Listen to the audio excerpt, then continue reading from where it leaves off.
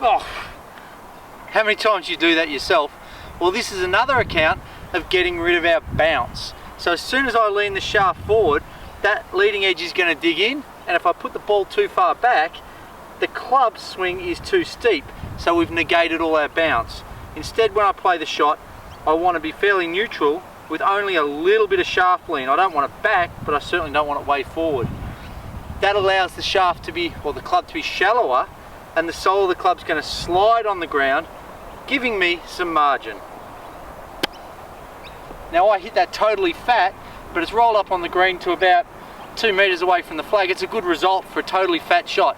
What we're going to talk about today is bounce. You'll notice how when I rest the sole of the club on the other shaft, the back edge of the club's lower than the front edge, and that's bounce. Now bounce is a bit like airbags in your car. It's there to save you when mistakes happen. If I leant the shaft a long way forward, so the leading edge was forward, we've got no bounce. So whenever it hits the ground, it's just going to dig in and stop. And the swing's going to be steep, so you'll top them, thin them, or just plain chunk them.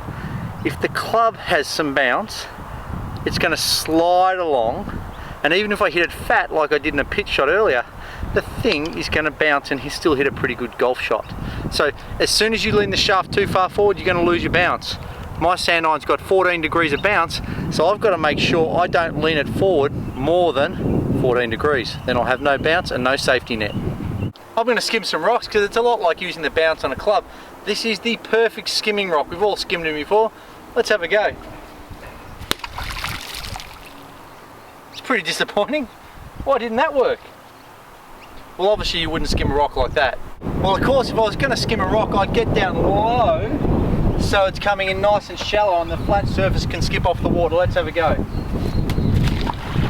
That was better. Too many golfers put the ball back in their stance and hands forward, which negates the bounce, and then hit down thinking that hitting down is going to make the ball go up. All hitting down steeply is going to do is negate your bounce and have the club bury in the sand. Most commonly, the ball doesn't even get out because the club digs in too deeply and there's no forward momentum on the ball. Whereas if the club comes along on a fairly shallow path, the bounce allows the club to slide and pops the ball out and gives it plenty of forward momentum because there's not too much sand. That club's just bearing down and there's no forward momentum on the sand as opposed to shallow. So we're not trying to hit steeply down on the bunker, we're trying to hit a shallow swing, allowing that sole of the club to skip just like the stone did on water.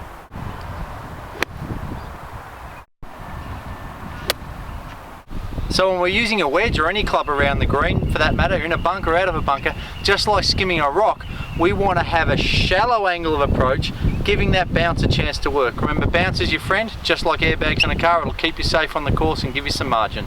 Enjoy that, come to Jamo Golf Fun, and learning's going to be far more enjoyable.